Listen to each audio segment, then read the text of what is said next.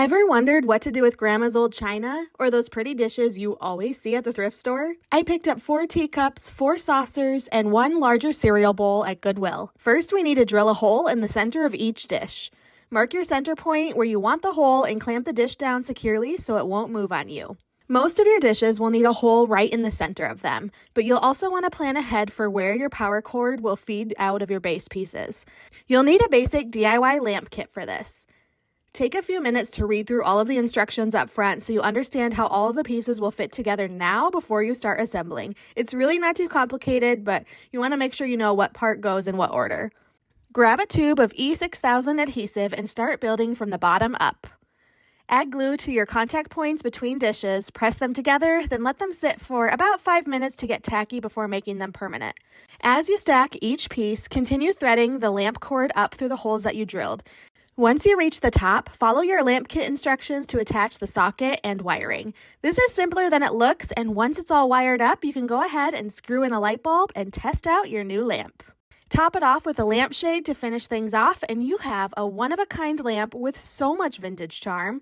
Who would have guessed that a pile of old dishes that were collecting dust could turn into something so charming?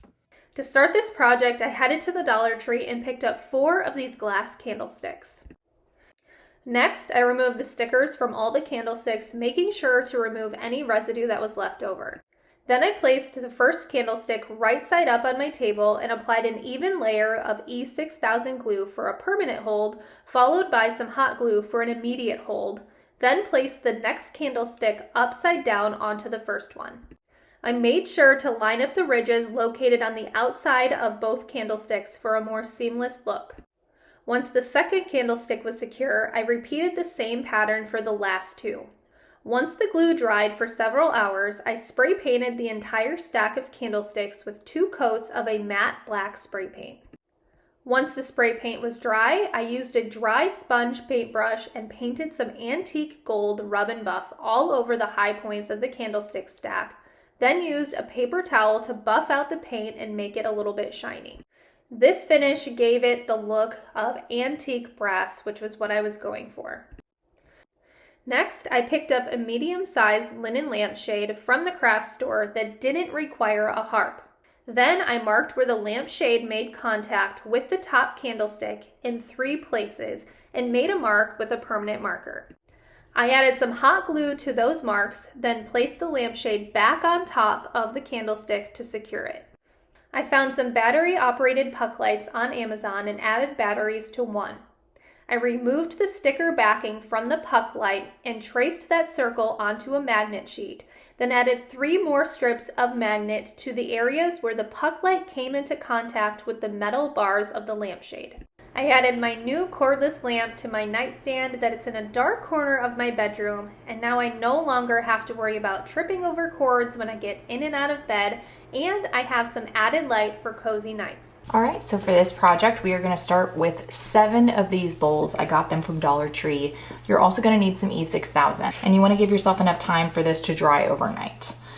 So I'm gonna just basically go around the lip of the bottom, and from there we are going to take the same bowl, we're going to place it on top, we're going to do this again, and we're going to do 1 more set. So I'm going to give these a little bit of time to cure before we move on to the next step. All right, now that we've let these dry a little bit, what I'm going to do next is I'm going to be taking my E6000 and I'm going to go around the top of this. All right, so we're going to stack it on top. Make sure it's centered. So this is kind of what we're looking like right now. And we're gonna do this 1 more time. And so we're gonna come back when all of these are stacked on top of each other. All right, so we've let this dry overnight. We're back to go to our next step, which will be painting. I am using Dixie Belle Vintage Duck Egg Chalk Paint. I got the big one. I usually use this kind of paint for furniture projects, but I thought this color would be really pretty for this project, but you know, you can always choose whatever color you want to use.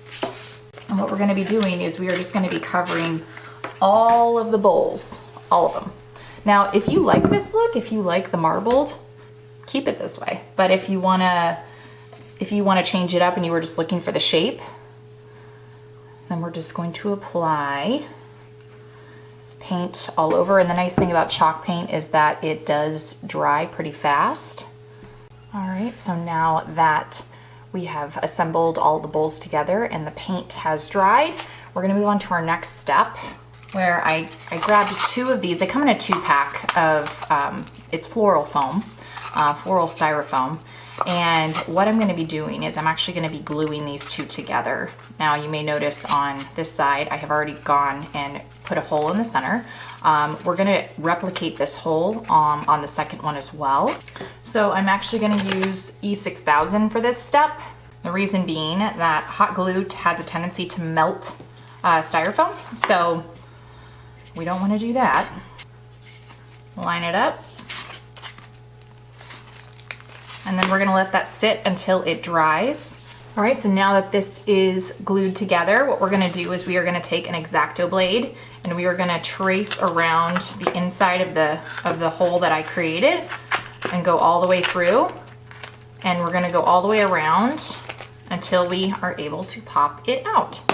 What we're gonna do next is we are going to, we're gonna paint this. And I want to preface this by saying I did want to make this a Dollar Tree only project. So you could get a piece of, like a circular piece of wood, or cut a piece of wood down if you want for this project.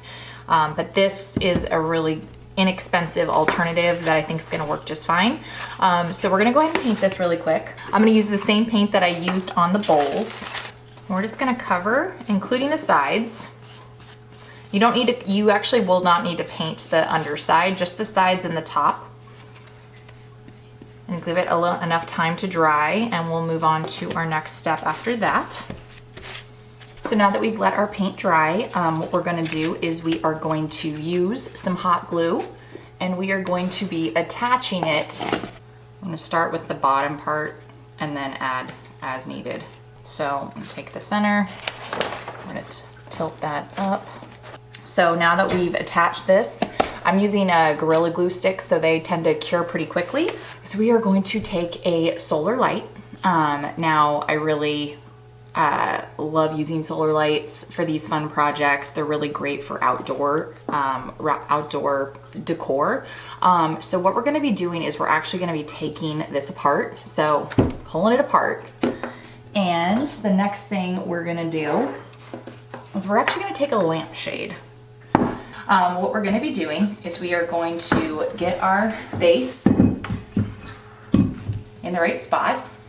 I'm gonna be taking the lamp, placing it over, and then from there, we are going to put the top part of our solar light, and it's gonna nestle right in and stay. So we have a really cute lamp that we're gonna use for my outdoor patio area. So we're gonna go ahead and allow the solar light to charge in the sun, and then we'll be back. And there you have it. Here is my finished DIY cordless solar lamp for my outdoor patio. I hope that you enjoyed this project and feel inspired to try this on your own. I really love how this turned out, and it was super simple to make, super easy, and it didn't take a lot of time. So thank you so much for watching Home Talk, and I will see you in the next one.